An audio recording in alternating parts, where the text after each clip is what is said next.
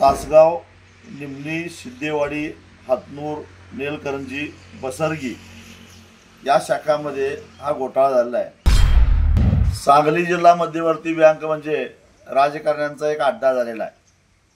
इथल्या सगळ्या नेत्यांचा राजकारण सांभाळण्यासाठी बँकेमध्ये अनेक घोटाळे होतात, भ्रष्टाचार होतात आणि त्याच्यावर सातत्याने पांघरून घातलं जातं।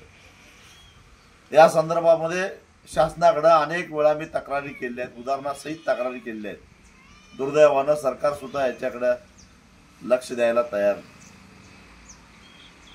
सध्या बँकेतल्या कर्मचाऱ्यांच्यावर संचालक मंडळाचा अंकुशच राहिलेला नाही आणि त्यामुळे या कर्मचाऱ्यांनी कदाचित त्याच्यामध्ये संचालक मंडळ सुद्धा सामील असू शकतं। 2,43,00,00,000 एवढा सर्वसामान्य जनतेच्या पैशावर दरोडा घातलेला आहे।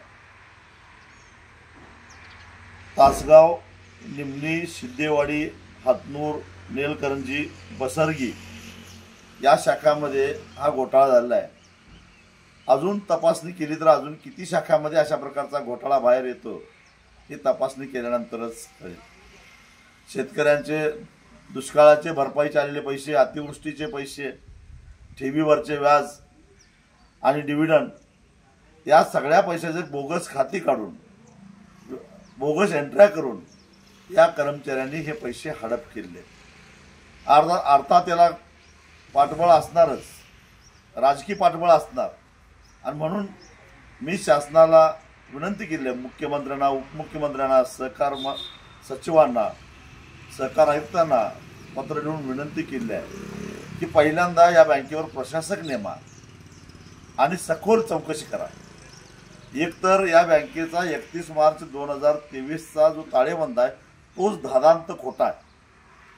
ॲडजस्टमेंटसाठी केलेला हा ताळेबंद आहे, त्यामुळे याची सखोल चौकशी झाली तर दूध का दूध आणि पाणी का पाणी होऊन जाईल।